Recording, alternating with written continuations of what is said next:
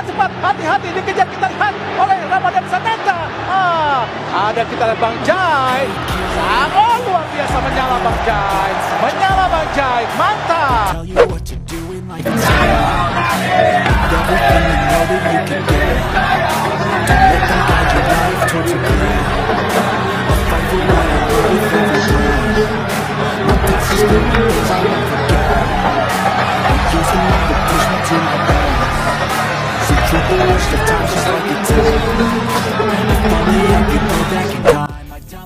Ya, Sintayong menegaskan bahwa level Indonesia sudah di atas Vietnam. Jelas ini bukan omong kosong saja. Sintayong sudah membuktikannya ketika mengalahkan Vietnam di Asian Cup Qatar dengan skor 1-0. Kini Vietnam kembali dikalahkan Indonesia secara berturut-turut di kualifikasi Piala Dunia 2026 di GBK. Dulu Vietnam adalah tim yang tangguh, bahkan melihat hasil pertandingan ke belakang, Vietnam sulit dikalahkan oleh Indonesia. Justru Indonesia selalu babak belur ketika menghadapi tim Vietnam. Namun hari ini dan seterusnya Vietnam bukan lagi tim yang ditakutkan oleh Indonesia. Buktinya secara berturut-turut, anak asuhan Philippe Troussier dikalahkan 2 kali oleh Indonesia. Bahkan pada laga tadi malam, di bawah kendali Jai Ijes, selama 90 menit lebih, para pemain Vietnam tidak ada yang bisa melakukan shoot on target, satu sama sekali. Selama itu, kiper timnas Indonesia, Adi Satrio hanya duduk manis di bawah mister gawang. Ada kita lihat Bang Jai, sangat luar biasa menyala Bang Jai, mantap. Balik itu, dengan hasil kemenangan ini, timnas Indonesia sukses menempati peringkat kedua klasemen sementara grup F di kualifikasi Piala Dunia 2026. Kepastian ini terjadi usai timnas Indonesia menang tipis 1-0 atas Vietnam. Timnas Indonesia menang lewat gol tunggal Egy Maulana Fikri pada menit ke-52.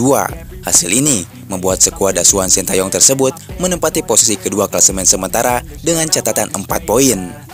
Timnas Indonesia menang sekali, imbang sekali, dan kalah sekali dalam 3 pertandingan. Pada 2 laga perdana, timnas Indonesia kalah 1-5 dari Irak dan imbang 1-1 di kandang Filipina.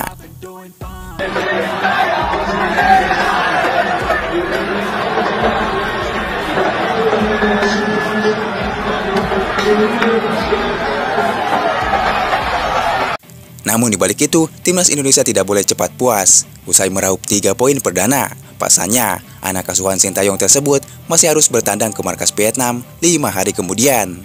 Timnas Indonesia akan bertandang ke markas Vietnam di Stadion Nasional Mai Dinh, Hanoi Selasa 26 Maret 2024. Tentu, bertandang ke markas Vietnam bukanlah hal yang mudah bagi skuad Garuda.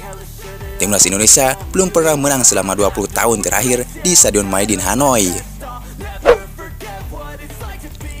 Sementara itu, pertandingan ketiga grup F kualifikasi Piala Dunia 2026 zona Asia antara Indonesia dan Vietnam menjadi laga yang spesial bagi Jai Ijes. Bek berusia 23 tahun itu resmi debut sebagai pemain timnas Indonesia. Meski baru pertama kali bermain di timnas Indonesia, namun Jai Ijes menunjukkan tanda-tanda bahwa ia bakal jadi pilar penting untuk pertahanan timnas Indonesia. Kualitas yang paling kentara dari seorang bek adalah ketenangannya. Ia terlihat sangat tenang ketika Vietnam membombardir pertahanan Indonesia, terutama di babak pertama. Selain itu, Ijes mampu membaca permainan dengan baik. Ia kerap, cermat memotong aliran bola Vietnam, sehingga beberapa serangan The Golden Star gagal mengancam gawang Indonesia.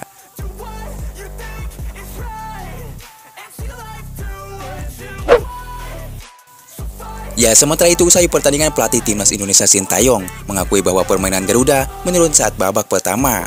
Kata Sintayong, faktor yang membuat menurunnya performa timnas Indonesia adalah waktu.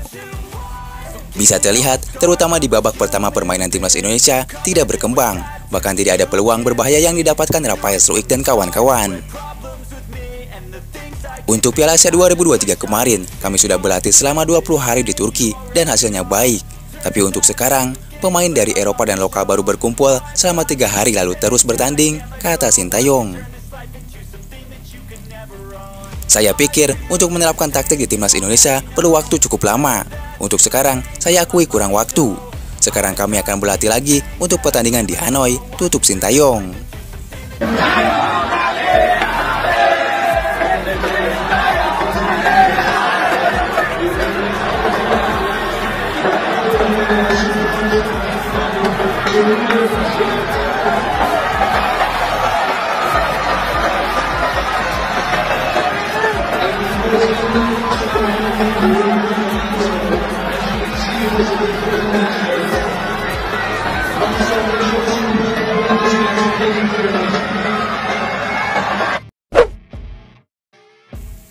Sementara itu, hasil kemenangan tadi malam, perlahan tapi pasti peringkat FIFA Timnas Indonesia mengalami peningkatan. Timnas Indonesia berhasil naik ke peringkat 138 dunia. Statistik Indonesia versus Vietnam. Ya, berdasarkan statistik yang dihimpun dari laga tadi malam, Timnas Indonesia ternyata tetap mampu mendominasi penguasaan bola. Padahal, skuad Merah Putih sempat kesulitan mengembangkan permainan pada babak pertama. Ya, Timnas Indonesia tercatat mengukir 52% ball possession. Tingginya penguasaan bola ini ditunjang oleh banyaknya jumlah umpan sukses. Dari 382 percobaan, 294 diantaranya tepat sasaran. Artinya, akurasi operan Timnas Indonesia mencapai 76%. Angka ini unggul tipis dibanding milik Vietnam yang hanya mencapai 75% karena menghasilkan 237 umpan sukses dari 314 percobaan. Ya, keunggulan lain yang berhasil diukir oleh Timnas Indonesia berada di area penciptaan peluang. Sepanjang pertandingan, Marcelino Ferdinand dan kawan-kawan melepaskan total 8 tembakan. Akurasinya sebetulnya terhitung tinggi karena ada 6 tembakan yang mengarah ke gawang dan 1 diantaranya dikonversi menjadi gol. Adapun 1 tembakan lainnya melenceng dan 1 lainnya diblok lawan. Tentu angka ini memang tinggi dibandingkan upaya The Golden Star pada laga ini. Anak asuhan Philippe Troussier hanya sanggup mengukir 1 shot on target dari total 6 upaya tembakan yang dilepaskannya.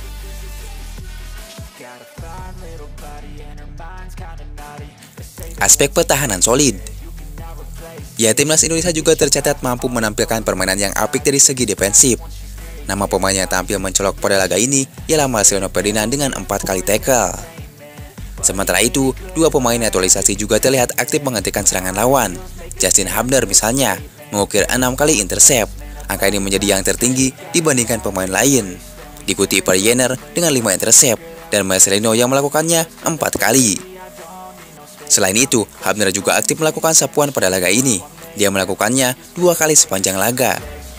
Angka yang sama juga dibukukan Jai Ijes yang mengukir debut pada laga ini.